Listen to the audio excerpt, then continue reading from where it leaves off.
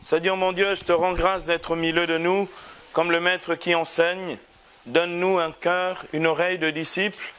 Ouvre nos cœurs à ta parole. Sois vraiment le bon berger qui nous conduit par le juste chemin à cause de ton nom. Béni sois-tu pour chacun de mes frères et sœurs ici. Merci pour ce temps de grâce, cette retraite. Je te prie de bénir notre écoute de ta parole, que ta parole puisse porter dans nos vies tout le fruit que tu en attends, qu'elle ne revienne pas à toi, Seigneur Dieu, sans avoir accompli l'objet de sa mission. Visite-nous, touche-nous, éclaire-nous, édifie-nous. Viens vraiment parler sur nos vies, viens prophétiser sur nos vies et viens réaliser tes projets merveilleux que tu as pour chacun des couples qui est ici. Merci mon Dieu d'être un Dieu fidèle. Merci mon Dieu de nous rendre libres en toi. Amen. Bien-aimés, je voudrais méditer la parole de Dieu avec vous. Nous allons méditer ensemble le chapitre 4 de l'Évangile selon saint Jean, ce passage consacré à l'histoire d'une personne, d'une femme en quête d'amour, une femme qui va rencontrer Jésus-Christ providentiellement sur sa route. Cette femme, c'est la femme de Samarie, que l'on appelle aussi la Samaritaine. Vous l'avez au chapitre 4 de Jean, versets 1 à 42. Donc on va lire tout le passage de l'Écriture. C'est un temps de retraite. Ce matin, vous avez eu le temps d'une méditation personnelle, silencieuse dans la présence de Dieu. Cet après-midi, nous allons méditer. Nous allons avoir une méditation sur la base de la parole de Dieu, Jean chapitre 4, versets 1 à 42. Donc, la Samaritaine, c'est elle qui va à travers son expérience spirituelle, sa rencontre avec Jésus, ce contact personnel avec celui qui est le Verbe de la vie, le Verbe de Dieu.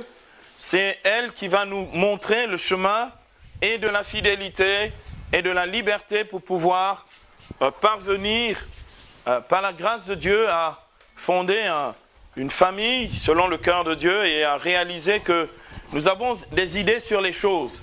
Je vous donne un exemple, nous avons des idées sur la fidélité, mais en fait on ne sait pas ce que c'est. Quand on se marie à la mairie, le maire demande aux gens de promettre fidélité, d'accord ?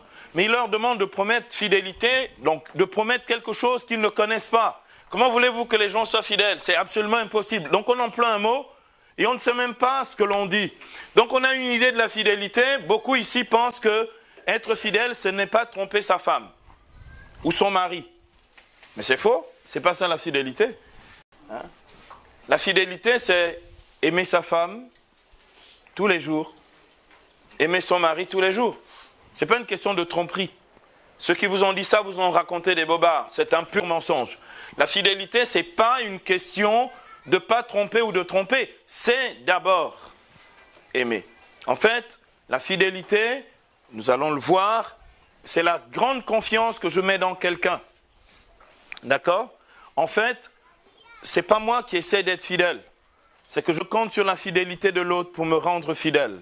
Donc, c'est pas, on va le voir, c'est Dieu qui nous rend fidèles, comme votre conjoint vous rend fidèle. Donc, on va le voir dans un instant. Et je vous assure que ça change complètement tout. Parce qu'au lieu de se battre et essayer d'être fidèle et de ne pas tromper son mari ou sa femme, en fait, si nous vivons la fidélité selon Dieu, il n'y a même pas le moyen de tromper l'autre. Il y a des chrétiens dans le coin ici. Il n'y a même pas le moyen de tromper l'autre. Donc, on va mettre les choses à l'endroit. Donc, il y a la fidélité qu'elle nous enseigne, mais elle nous apprend aussi la liberté sans laquelle il n'y a pas de sacrement de mariage. Si vous n'êtes pas libre, vous ne pouvez pas contracter le sacrement du mariage. Normalement, le manque de liberté entraîne automatiquement nullité de mariage. Si vous n'êtes pas libre dans votre cœur aujourd'hui, au moment où je vous parle, vous n'êtes pas prêt pour vous marier. Donc, on va voir comment la Samaritaine nous ouvre à ces deux réalités absolument essentielles qui font le mariage dans l'Église, d'accord ? À la fois la fidélité et la liberté. Donc, nous allons lire ensemble, je vais lire de manière in extenso, c'est-à-dire totale, ce passage du chapitre 4 de Jean, versets 1 à 42. Quand Jésus apprit que les pharisiens avaient entendu dire qu'il faisait plus de disciples et en baptisait plus que Jean, bien qu'à vrai dire Jésus lui-même ne baptisait pas, mais ses disciples, il quitta la Judée et s'en retourna en Galilée. Or, il lui fallait traverser la Samarie. Il arrive donc dans une ville de Samarie appelée Sychar, près de la terre que Jacob avait donnée à son fils Joseph. Là se trouvait la source de Jacob.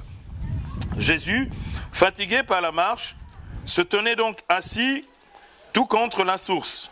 C'était environ la 6e heure, donc midi. Une femme de Samarie vient pour puiser de l'eau. Jésus lui dit, « Donne-moi à boire. » Ses disciples, en effet, s'en étaient allés à la ville pour acheter de quoi manger. La femme samaritaine lui dit, « Comment toi qui es juif, tu me demandes à boire à moi qui suis une femme samaritaine ?» Les Juifs, en effet, n'ont pas de relation avec les Samaritains.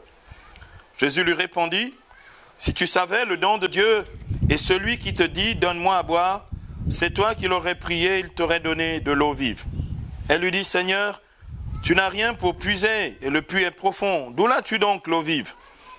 Serais-tu plus grand que notre père Jacob, qui nous a donné ce puits et y a bu lui-même, ainsi que ses fils et ses bêtes? » Jésus lui répondit, « Quiconque boit de cette eau aura soif à nouveau, mais qui boira de l'eau que je lui donnerai n'aura plus jamais soif.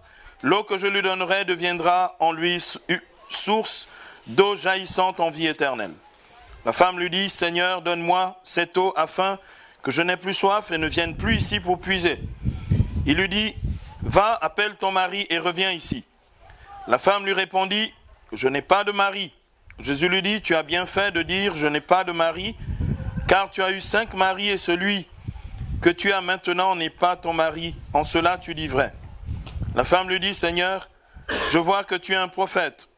Nos pères ont adoré sur cette montagne, et vous dites, c'est à Jérusalem qu'est le lieu où il faut adorer. » Jésus lui dit, « Crois-moi, femme, l'heure vient où ce n'est ni sur cette montagne ni à Jérusalem que vous adorez le Père. Vous adorez ce que vous ne connaissez pas. Nous adorons ce que nous connaissons, car le salut vient des Juifs. Mais l'heure vient, et c'est maintenant, où les véritables adorateurs adoreront le Père en esprit et en vérité, car tels sont les adorateurs que cherche le Père. Dieu est esprit, et ceux qui adorent, c'est en esprit et en vérité qu'ils doivent adorer. » La femme lui dit, « Je sais que le Messie doit venir, celui qu'on appelle Christ. Quand il viendra, il nous dévoilera tout. » Jésus lui dit, « C'est moi, celui qui te parle. » Là-dessus arrivent ses disciples, et ils s'étonnaient qu'il parlât à une femme. Pourtant, pas un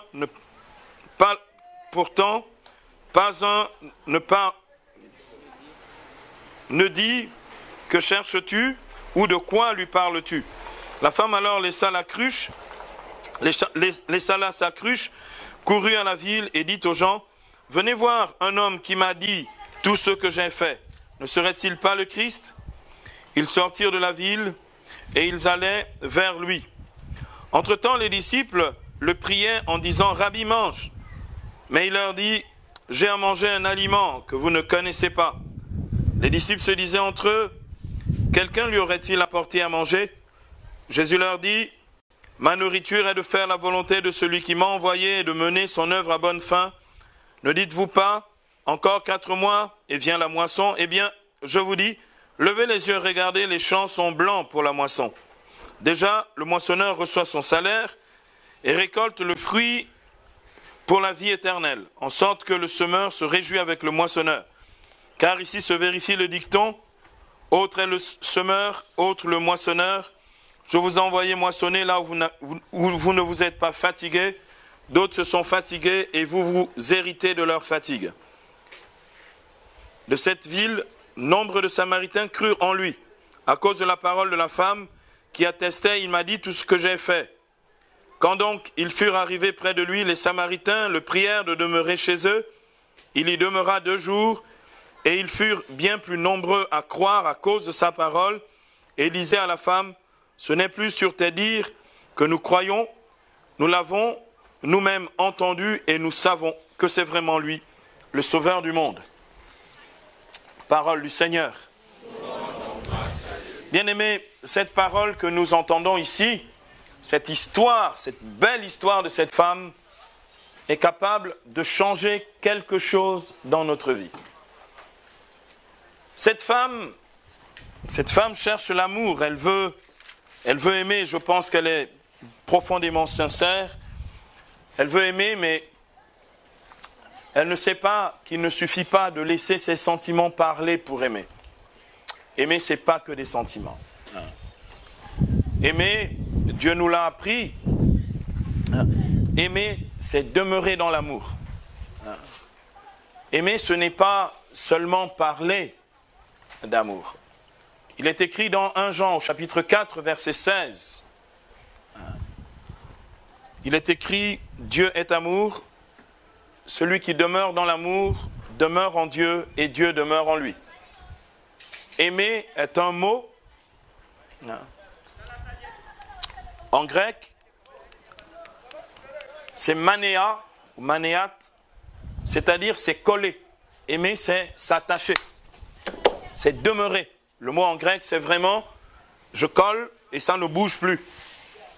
Donc aimer suppose la fidélité. Aimer, c'est pas seulement j'ai des sentiments pour toi, tant que je les ai, je t'aime, quand je ne les ai plus, je ne t'aime plus. C'est quand même assez curieux, on entend de plus en plus ça, hein.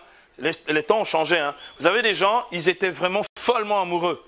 Ils vivaient ensemble, ça faisait 2 ans, et du jour au lendemain, vous entendez ce genre de discours, je ne l'aime plus. En fait, il dit, j'ai plus de sentiments pour lui.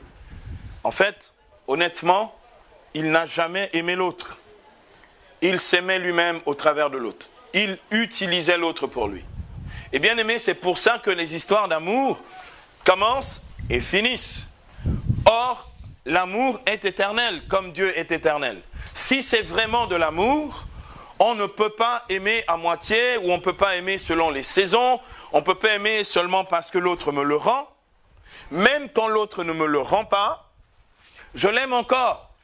Pourquoi ? Parce que lorsque un est épuisé, c'est à l'autre de stimuler l'amour dans le cœur de l'autre. Vous savez, comment est-ce qu'on tombe amoureux? Vous avez peut-être oublié, hein? Ça fait longtemps. Non, il y en a, c'est encore un peu récent, c'est frais, d'accord? Comment on tombe amoureux? En fait, on tombe amoureux lorsque l'un des deux partenaires, qui vont devenir ensuite partenaires dans l'histoire d'amour, dans la relation amoureuse, lorsque un allume le feu dans le cœur de l'autre. Et lorsque l'autre accepte que ce feu-là soit allumé, ça s'appelle boum boum le coup de foudre. Donc, il faut bien que un allume quelque chose dans le cœur de l'autre. Sinon, vous savez, ça ne tombe pas comme ça. Il y en a qui disent, oui, mon père, vraiment, c'est plus comme avant. Ben oui, tu sais pourquoi? C'est plus comme avant parce que tu ne veux plus que ce soit comme avant, parce que tu peux faire en sorte que ce soit comme avant. Dans la spiritualité conjugale, moi j'ai un cours, le dernier cours que je fais, en général, c'est comment rester amoureux toute la vie. Ça vous intéresserait d'avoir le tuyau? Ça va vous coûter cher, hein? Et moi, il faut me payer en euros, hein? Pas en CFA, parce qu'il est dévalué. D'accord? Bien aimé. Comment? Bien aimé, c'est une chose que l'on n'apprend pas assez aux conjoints, c'est rester amoureux toute la vie. On cultive l'être amoureux. Hein? Pour rester amoureux toute la vie, il faut le décider. Tu peux rentrer dans l'institution du mariage et devenir 1 an après un gars, une femme complètement blasé. Mais blasé, c'est-à-dire vraiment, comment on dit ça chez nous?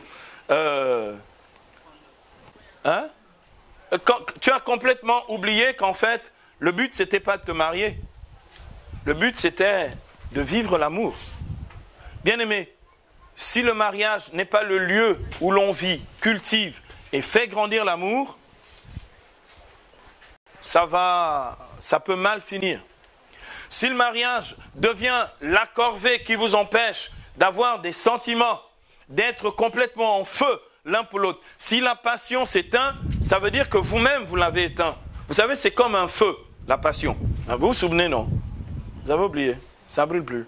Il faut que ça brûle. Et un feu, il faut l'alimenter. Vous avez oublié qu'on souffle dessus pour que... Il faut l'alimenter. Et on cultive l'être amoureux en l'alimentant. Et comment on alimente le feu? Bien aimé, je vais vous donner seulement 2 tuyaux. Je garde le reste pour une autre fois, parce que je reviendrai. D'accord? Bien aimé, 2 petits tuyaux. Il faut être inventif dans l'amour. C'est-à-dire, je vais vous donner des petits exemples. Il faut être inventif dans l'amour. Concrètement, si c'est comme dans la relation personnelle avec Dieu. Si vous subissez votre relation à Dieu, votre foi, vous allez tomber dans ce que l'on appelle la tiédeur. D'accord? La tiédeur, c'est perdre le feu de la passion pour Dieu. Hein? Or, la Bible dit dans 1 Thessaloniciens 5, 19, n'éteignez pas l'esprit comme on éteint un feu. Et je pourrais dire pareillement pour la relation amoureuse, n'éteignez pas votre passion amoureuse. Ça veut dire alimenter, cultiver. Et ça veut dire quoi? Très concrètement, bien-aimé, c'est être inventif dans l'amour, c'est de sortir de la routine. C'est sortir de l'habitude. C'est de sortir de ces choses que l'on fait un peu machinalement. On est marié femme, on a décrété quoi? On a décrété, alors vous avez des couples comme ça, ils ont vraiment leurs habitudes. Hein. On a décrété, on a un rapport sexuel deux fois par mois. Oui, bien sûr, le calendrier a ses raisons d'être. Mais on décrète, on fixe ça, on fige. On a une relation sexuelle 2 fois par mois. Tout est bien huilé comme ça. De temps en temps, on peut se faire un petit extra. Ça veut dire on se prend une petite soirée tous les deux quand on peut la prendre. Parce qu'il y a toujours un des deux qui dit « Ah, mais vraiment, là, je suis fatigué. Ah, là, vraiment, je suis occupé. Ah, j'ai une réunion. Oh, il y a un problème de famille, je dois aller au deuil. » Il y a toujours un deuil quelque part. Donc, il y a toujours un empêchement quelque part qui fait que les seules choses qui peuvent allumer l'amour dans votre cœur, l'entretenir, le faire grandir, ça passe en second. Pendant ce temps, vous tombez dans une espèce de routine qui vous rend vieux avant l'âge. Ils ont 2 ans de mariage, mais c'est des vieux, vraiment. Ils sont vieux, tu te dis, mon Seigneur, qu'est-ce qui leur est arrivé, hein? Ils ont complètement perdu le feu, l'élan, le zèle. La deuxième chose, c'est en fait surprendre votre conjoint. Je vous assure, les surprises dans la vie conjugale changent la qualité de la vie conjugale. Et ça, vous ne savez pas faire. Je vous le dis, c'est le prêtre qui dit, hein.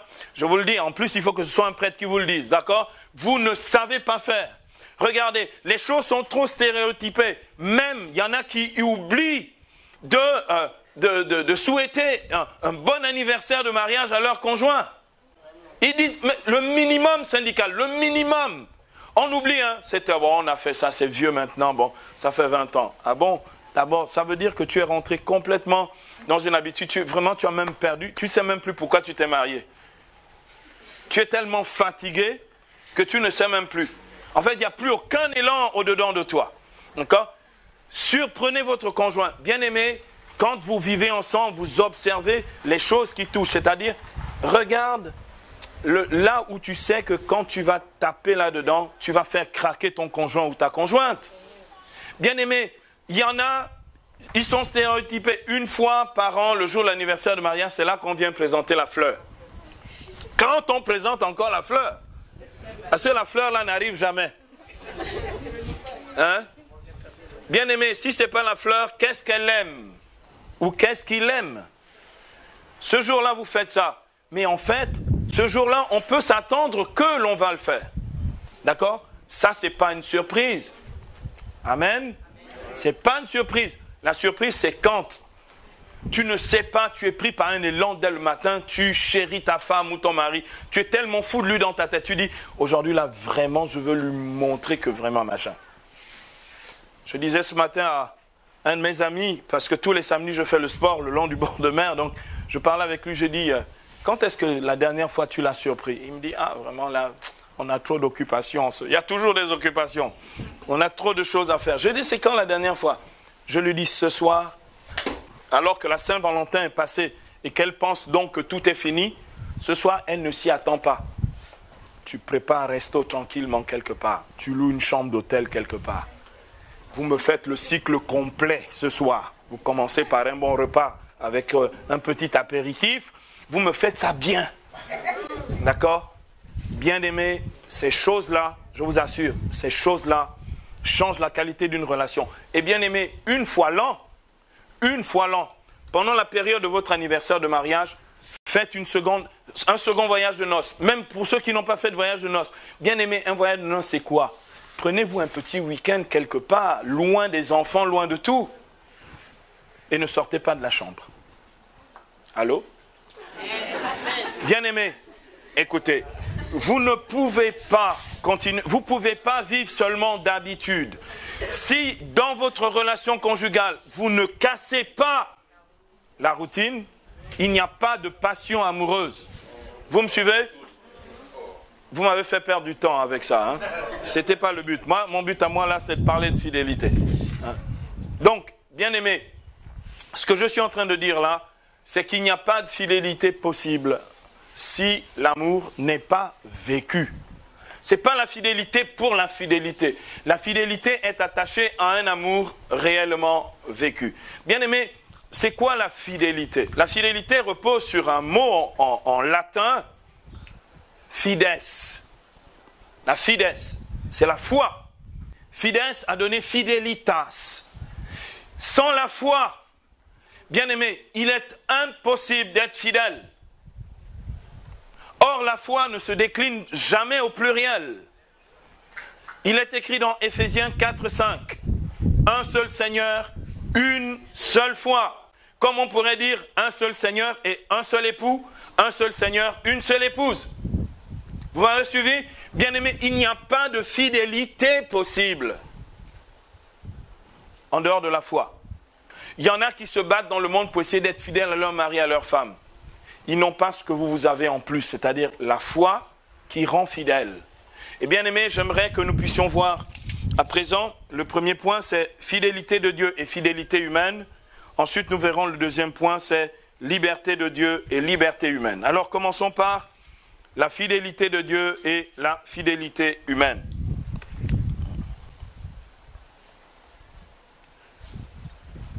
Dans l'histoire de la femme de Samarie ici, dans ce passage du chapitre 4 de Jean, Jésus va demander à la Samaritaine, il va lui poser une question.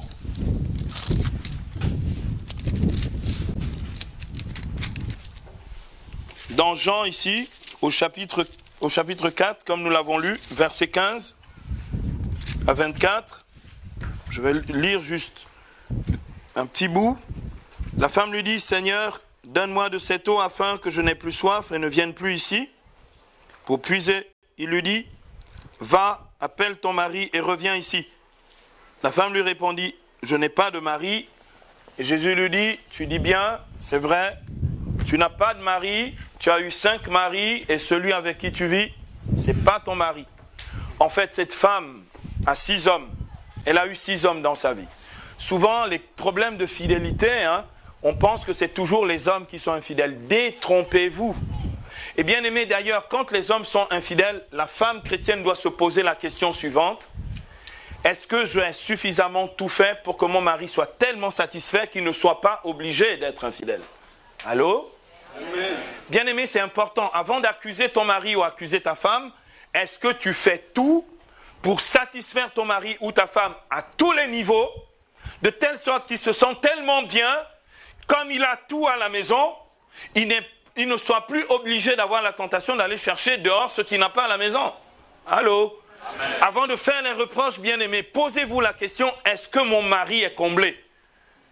Est-ce que ma femme est comblée? Bien-aimé, j'étais à Abidjan il y a quoi? Il y a 3 semaines, et là, j'ai parlé à un petit groupe de jeunes couples, vraiment chrétiens, très engagés. Et je ne savais pas que dans le groupe, il y avait une jeune femme, très belle, vraiment mignonne, une fille, vraiment très bien, bien dans sa tête, bien dans son corps. Le problème, c'est que cette jeune femme, depuis des semaines, trompe son mari. Là, vous voyez, ce n'est pas le mari qui trompe, c'est elle qui trompe son mari. Et vous savez les raisons qu'elle donne? Elle dit, il est tellement pris par son boulot. Quand il vient à la maison, il ne me regarde même pas. Elle est jeune, une jeune femme. Elle a besoin d'affection, elle a besoin de tendresse. Le gars, il l'a. Et en plus, il lui parle tellement mal, il lui mène la vie dure. Qu'est-ce que vous voulez? Cette fille a besoin de consolation, de réconfort. Donc elle va chercher réconfort et consolation hors du couple. Et de temps en temps, réconfort et consolation, là, ça devient tellement fort dehors que ça finit par la coucherie. Vous me suivez? Bien aimé, le problème de la fidélité, ce n'est pas une question de ne pas tromper ou de tromper son mari. C'est est-ce que l'amour est vécu ou il n'est pas vécu? Quand l'amour n'est pas vécu, il est cause d'infidélité. Bien-aimés, soyez intelligents. Cette femme, la femme de Samarie, cherche l'amour. Jésus lui dit, écoute, franchement, ce n'est pas en papillonnant ou en multipliant les expériences amoureuses que tu seras comblé.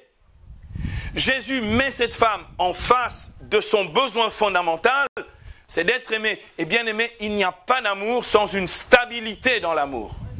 Et cette stabilité dans l'amour s'appelle fidelitas. Fidelitas. Vous savez, il y a l'armée américaine, ça s'appelle des Marines, les militaires, les soldats américains, ce sont des Marines. Et leur devise, la devise des Marines, c'est Semper Fidelis. Lorsqu'ils se voient, d'ailleurs les Marines, ils se reconnaissent à leur bague, lorsqu'ils se voient dans la rue, même si ceux qui sont partis à la retraite, quand ils se voient, ils se disent toujours Semper Fidelis. Ou ils disent Semper, d'accord? Entre eux, ils comprennent que jamais, sur le champ de bataille, quel que soit ce qui arrive, on n'abandonne jamais son frère d'âme. On ne laisse jamais tomber son frère d'âme. Et dans le couple, c'est Semper Fidelis, c'est-à-dire Saint-Père toujours fidèle. Semper Fidelis. Tu te lèves le matin, avant de quitter la maison, tu dis à ton conjoint Semper Fidelis. Quand tu rentres le soir, tu dis Semper Fidelis. Vous allez garder ça dans votre cœur et toujours avant de quitter la maison le matin, dire à ton conjoint Semper Fidelis. Toujours fidèle. On ne laisse pas tomber son bien-aimé sur le champ de bataille. On ne laisse pas tomber son frère ou sa sœur d'armes. Semper, S-E-M-P-E-R. Fidelis, comme ça se prononce. F-I-D-E-L-I-S. Semper Fidelis. Toujours fidèle. Et bien aimé, c'est tellement important que cette fidélité-là, ce n'est pas essayer de se battre pour ne pas tromper. En fait, être fidèle, c'est croire, écoutez bien, puisque c'est fides, fidelitas, c'est croire dans l'amour de l'autre pour moi. Coûte que coûte, c'est continuer de croire dans l'amour de l'autre pour moi, même quand j'ai envie de douter. Semper Fidelis, je continue de croire dans l'amour de l'autre pour moi, même quand c'est galère. Même quand elle ne me parle plus et qu'elle fait la bouche pendant 2 jours. Semper Fidelis.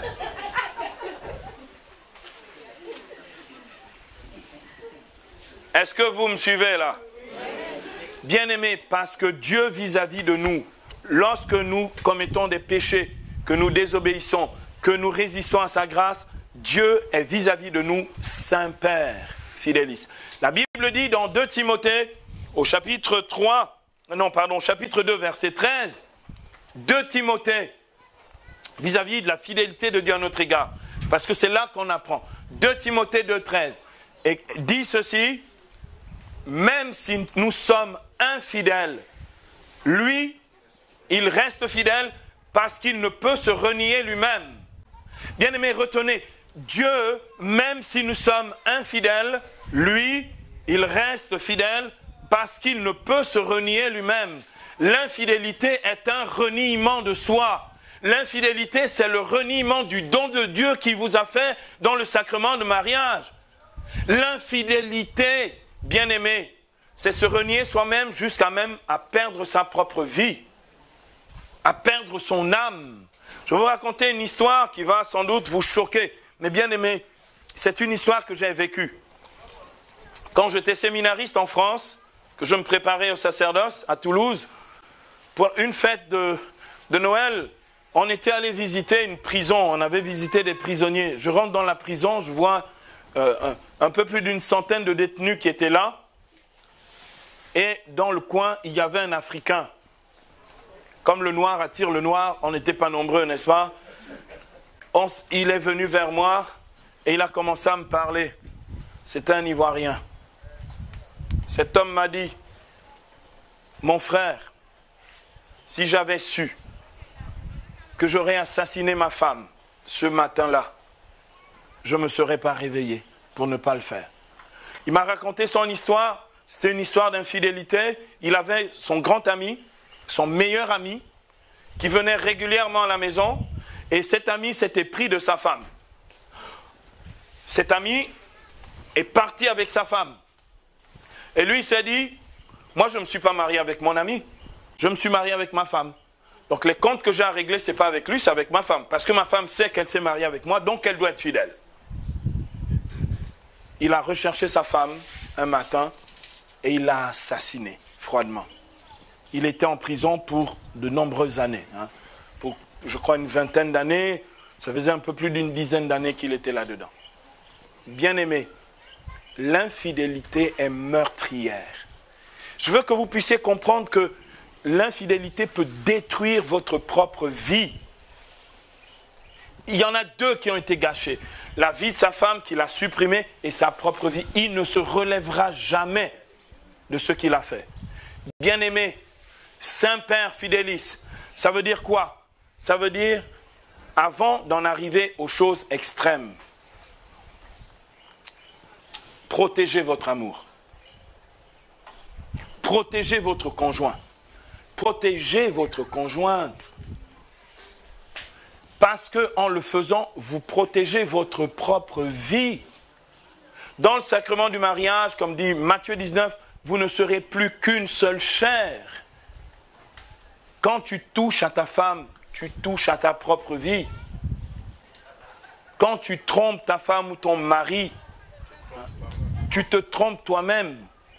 Comme dit l'Écriture dans 2 Timothée 2,13, tu te renies toi-même. Bien-aimé, Dieu est fidèle. Dieu est Saint-Père Fidélis et Dieu ne nous abandonne pas. La Bible dit dans 1 Thessaloniciens au chapitre 5, verset 24, 1 Thessaloniciens 5, 24. 1, 5, 24. 1 Thessaloniciens, la première lettre Thessaloniciens, donc de l'apôtre Paul, chapitre 5, verset 24, dit ceci. On voit que vous n'avez vraiment pas l'habitude de lire la Bible, hein. Vraiment. Et vous voulez fonder un foyer chrétien. Comment vous allez apprendre la parole de Dieu aux enfants? 1 Thess, ça s'abrège comme ça, 1 Thess 5,24. D'accord? 1 Thessaloniciens, chapitre 5, verset 24. Je lis, écoutez bien la parole. Il est fidèle, celui qui vous appelle, c'est encore lui qui fera cela. Le Dieu qui vous a appelé au mariage est un Dieu fidèle. Bien-aimés, je voudrais que vous puissiez vous souvenir de ceci. Vous vous souviendrez de ça. Dieu s'est engagé pour vous, bien-aimés. Il s'est engagé pour vous. Ça veut dire quoi? Ça veut dire, frères et sœurs, que Dieu tiendra vis-à-vis de vous ses promesses. Il s'est engagé le premier. Dieu, de son côté à lui, va se battre pour que vous restiez fidèles. Bien-aimés, de ce point de vue-là, retenez bien, gardez dans votre cœur, Dieu ne vous fera jamais manquer les moyens de la grâce pour être fidèle. Mais pour que ça marche, il vous faut être fidèle à Dieu. Tant que vous restez chrétien, que vous vivez chrétiennement votre relation conjugale, vous pourrez tenir, mais le jour où vous recommencez comme les païens, vous reprendrez des habitudes païennes et vous pourrez même vous autoriser à tromper votre femme. Faites attention aux conversations de bureau, aux conversations avec les collègues de travail. Je parle aux messieurs qui sont ici. Ces conversations en dessous de la ceinture, vous voyez de quoi je parle? Je n'ai pas de dessin à vous faire. Où ils vont passer leur temps, ces païens qui ne sont pas comme vous dans le Seigneur, a dit, toi aussi quand même, tu es trop attaché à ta femme. Hein? Là, c'est vraiment, toi aussi vraiment, viens t'amuser un peu avec nous. On peut s'organiser un petit week-end entre hommes, on va aller quand même un peu loin de Libreville vers Lambaréné, bon, on connaît un coin. Et toi, quand même à boule, tu te dis que peut-être ça va me redonner un peu de peps, n'est-ce pas? Mettre un peu de piment dans ma vie. En fait, tu es un maboule quand tu fais ça. Alors, bien aimé, mais maboule, hein, quand je dis maboule, c'est maboule, d'accord? Bien aimé. Comment?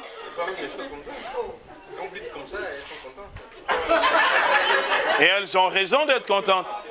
Bien aimé, écoutez, moi en général, je ne passe pas par 4 chemins. Hein. Vous êtes au courant, n'est-ce pas? Si je ne vous dis pas ça, je vous assure, même mes confrères là, ils n'osent pas. Moi, je dis parce que je vous aime. Bien-aimés, ne rentrez pas dans ces logiques-là. Elles sont mondaines et elles sont païennes. Le problème, c'est que eux, ils n'ont pas les mêmes valeurs que vous et ils ne savent pas ce que c'est que le bonheur d'une vie conjugale accomplie en Jésus-Christ. Amen. Amen. Jésus-Christ est, on l'a vu la dernière fois dans notre cours à l'Immaculée, c'est lui qui doit être la valeur fondamentale et centrale de la vie conjugale. Et bien aimé, j'aimerais que vous puissiez réaliser à quel point vous êtes des chanceux. Vous êtes même des surgraciés, vous êtes kekaritomene, comme la Vierge Marie, comblés de grâce. Vous êtes des surgraciés, c'est-à-dire Dieu ne pouvait pas vous donner plus que ça. Regardez la pauvre femme de Samarie. Elle est obligée de papillonner, de courir, parce qu'elle pense qu'en multipliant les expériences et les relations, peut-être que ça va bien se passer. En fait, ce n'est pas en multipliant, c'est en vivant pleinement ce que Dieu vous donne. Amen. Amen. Et bien aimé, je vous assure, vous avez tout ce qu'il faut, non seulement pour être heureux, mais aussi pour réussir votre vie conjugale. Vous avez tout. Vous savez pourquoi ? Parce que celui qui a Dieu a tout. Et si vous avez Dieu dans votre vie, mes bien-aimés, sauf si vous tournez le dos à Dieu, que vous commencez à laisser un peu votre pratique et vivez un peu comme des gens sans Dieu, mais tant que vous aurez Dieu dans votre vie, même si vous êtes infidèle, lui reste fidèle. Dieu va tout faire. Il a mis le paquet pour que ça tienne et que ça réussisse. Pourquoi les gens divorcent dans le monde ? Pourquoi même des chrétiens divorcent ? À partir du moment où Dieu n'est plus là, vous avez des pensées du monde, vous raisonnez comme les gens du monde et vous vous donnez des permissions que vous ne pourriez pas vous donner si vous êtes dans le Seigneur. Il y a des chrétiens ici. Bien aimé, c'est important de le penser. Que vous puissiez penser chrétiennement votre vie conjugale. Que vous puissiez penser chrétiennement le fait de bénir votre conjoint, votre conjointe. Que vous puissiez penser chrétiennement l'être amoureux. Que vous puissiez penser chrétiennement votre vie sexuelle. Vous devez tout penser chrétiennement. Sinon, vous aurez des problèmes à un moment ou à un autre. Bien aimé, vous avez tout pour réussir. Donc, Dieu s'est engagé. La fidélité de Dieu vous est donnée par l'appel. Il est fidèle, comme dit ici, nous l'avons entendu, 1 Thessaloniciens 5, 24. Il est fidèle, celui qui vous a appelé. C'est encore lui qui le fera.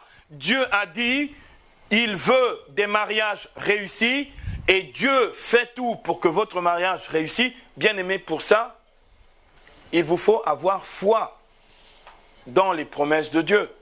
Il vous faut avoir foi dans le don de Dieu. Et le don que Dieu vous a fait, c'est votre conjoint et c'est votre conjointe. Amen. Amen. Amen. Bien-aimé, Dieu vous a fait un don extraordinaire et merveilleux. C'est votre conjoint et c'est votre conjointe. N'oubliez pas, Saint-Père, Fidélis. D'accord, le matin, tu envoies un texto à ton mari. Saint-Père, Fidélis. Bien-aimé, nous avons besoin de réaliser ce que dit, comme je l'ai cité tout à l'heure, Éphésiens, au chapitre 4, verset 5. Il n'y a qu'un seul Seigneur et une seule foi. Il n'y a qu'un conjoint et une conjointe. Amen. C'est important de le réaliser. Sinon, vous allez errer dans votre vie affective, dans votre vie matrimoniale. Et bien aimé, les conséquences peuvent être lourdes. Donc lorsque Jésus rencontre la femme de Samarie, la première chose qu'il lui apprend, c'est la fidélité. Va appeler ton mari. Il ne lui dit pas, va appeler tes maris. Ça, c'est au singulier. D'accord ? Ça se conjugue au singulier. Et bien aimé, c'est tellement important de le réaliser que chacun d'entre vous, toutes les fois que vous aurez la tentation, parce que vous aurez des tentations, et vous avez des tentations. Et je vais conclure avec la chose suivante. La femme de Samarie s'en sort, vous savez pourquoi ? Vous allez savoir, elle s'en sort parce que lorsque Jésus lui dit, va appeler ton mari, elle lui dit la vérité. Vous savez, elle répond, je n'ai pas de mari. Jésus dit, tu dis vrai, car celui avec qui tu as eu 5 gars et celui avec qui tu vis, le 6e n'est pas ton mari. Bien-aimé, bien-aimé, la Bible dit dans Jean au chapitre 8, verset 32, la vérité vous rendra libre. Avant de vous parler de la liberté dans le deuxième point, il faut que nous puissions réaliser que sans la vérité dans la vie conjugale, votre couple est en danger. Bien-aimés, je vais vous apprendre cette dernière chose qui consolide la fidélité dans le couple. C'est mon premier cours de spiritualité conjugale. C'est ce que j'appelle la transparence. Le diable fait tout en cachette. Le diable veut vous emmener à vivre dans le mensonge. Le diable, pour vous avoir, essaye de faire que vous puissiez cacher les choses. Bien-aimés, votre conjoint, vous tous qui êtes là, vous êtes en couple, n'est-ce pas? Le conjoint, la conjointe doivent savoir que des tentations arrivent à tout le monde, même aux meilleurs. Allô? Amen. Même le Fils de Dieu est tenté par le diable au désert. Vous vous souvenez de ça dans Matthieu 4, versets 1 à 10? Même le Fils de Dieu est tenté. À plus forte raison, nous les créatures, n'est-ce pas? Le diable n'a pas de répit. Le diable est jaloux de la réussite des couples. Parce que le couple, c'est ce qui met en échec. Regardez, il détruit le premier couple humain en détruisant Adam et Ève, en les emmenant dans la désobéissance, n'est-ce pas? Et il ruine complètement l'avenir entier de l'humanité. Bien-aimé, le couple préserve l'avenir de l'humanité. Comme si vous êtes un couple soudé, vous préservez l'avenir de vos enfants et l'avenir du monde. Et c'est tellement important. Le diable le sait, donc il va tout faire pour essayer de mettre en échec un jeune ménage ou des gens qui commencent dans l'amour avec Jésus. Bien-aimé, la transparence consiste en ceci. Je l'ai déjà dit la dernière fois, mais je le redis.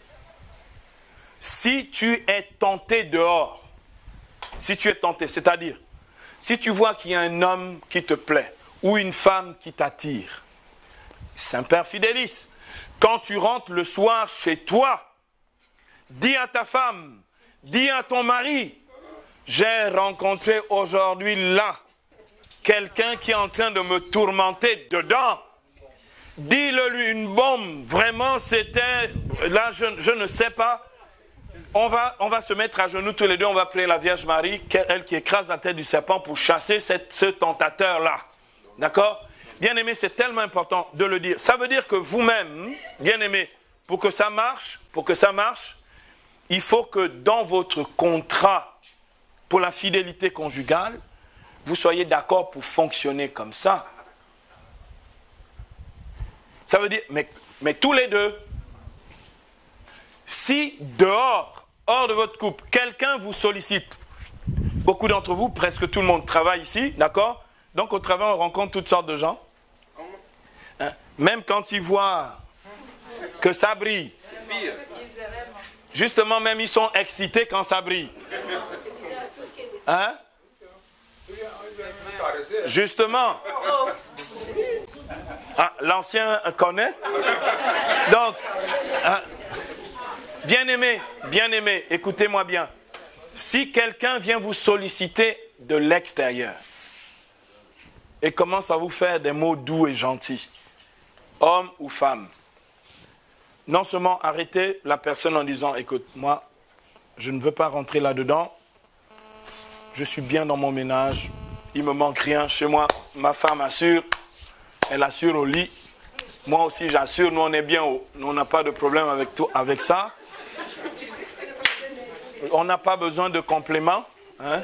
Ménage à 3 ou à 4, là, ça ne nous intéresse pas. Bien-aimé, quand tu rentres le soir, hein, la première chose que tu as à faire, c'est « Oh, mon chéri ou ma chérie ». Aujourd'hui, là, il y a quelqu'un qui m'a dit que j'étais vraiment le plus beau du monde ou la plus belle, et que cette personne a carrément des projets sur moi. Voici ce que je lui ai dit. Je me suis positionné en faveur de notre couple et de notre mariage. Dis-le.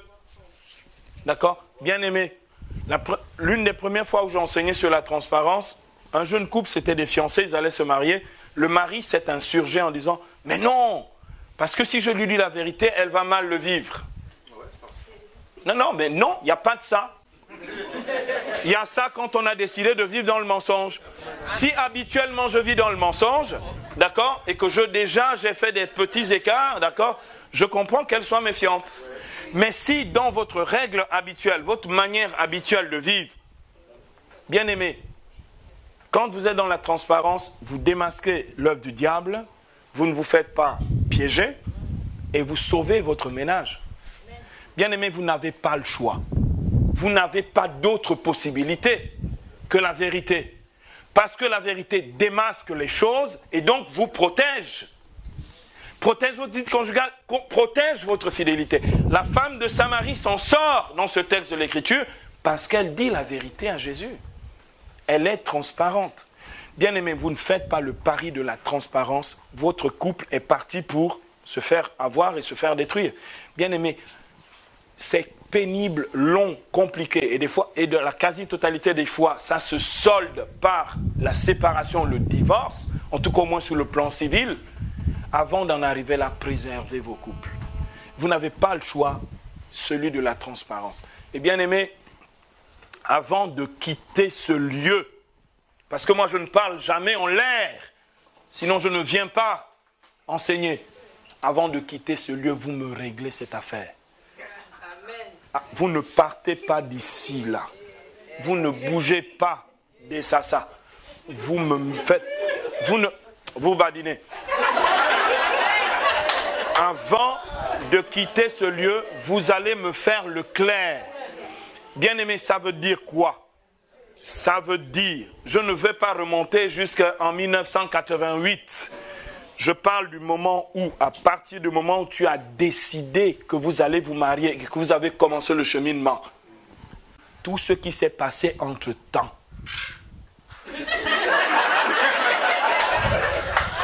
Bien-aimé, excusez-moi, mais on ne badine pas. C'est-à-dire, bien-aimé, c'est parce que je vous respecte, c'est parce que je vous aime dans le Seigneur.